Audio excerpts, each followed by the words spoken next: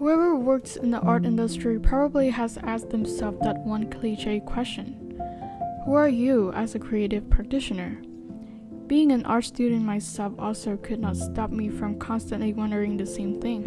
Well, to have a little backstory of how I got into this field, actually art was not something that I was genuinely interested in when I was a kid, and it didn't really come from my passion when I decided that art was going to be like my long life pursuit.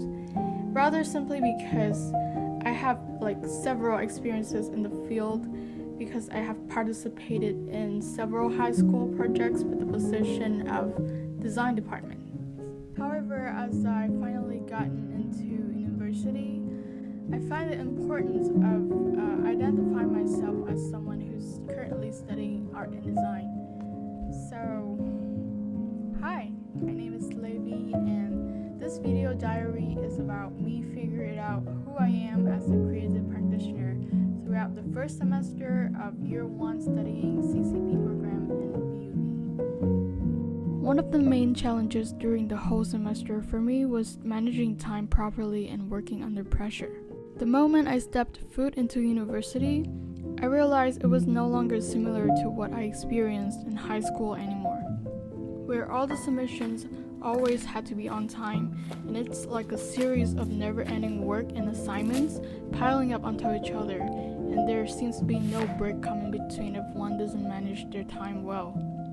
After only 3 weeks of getting into the program, I was already unable to keep track of all the weekly tasks, as well as the dense content and lengthy lectures, though I was pretty much attentive in most of the classes.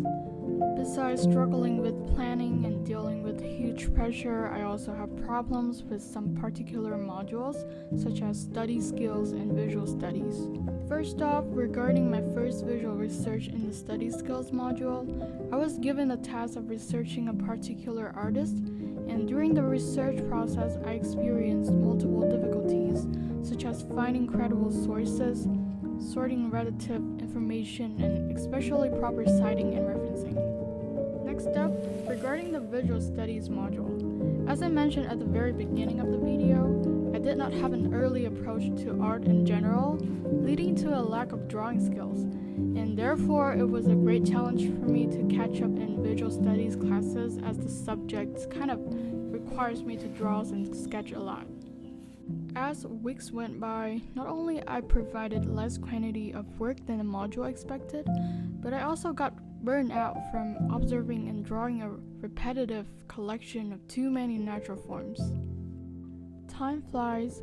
Not a single day went by without me being so stressed because of procrastination, poor performance in class, and falling behind my classmates, until the point where it turned into distress, which eventually pushed me forward to take action.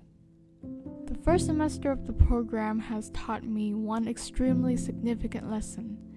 It is better to start doing it right away, be experimental, and be spontaneous rather than just sit and wait for motivation and ideas to cross your mind. Because no matter how the quality of the artwork might turn out, as long as you start to do something, that is already a really major step toward achieving your goal.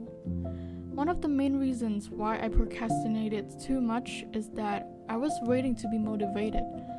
I was waiting until I had enough time to complete the artwork in the most perfect way possible, which later on led to not only not being able to improve, but also lacking so much practical skill sets. And as for me, that is researching and drawing. So to answer the question that was initially raised at the very beginning of the video, so who I am as a creative practitioner.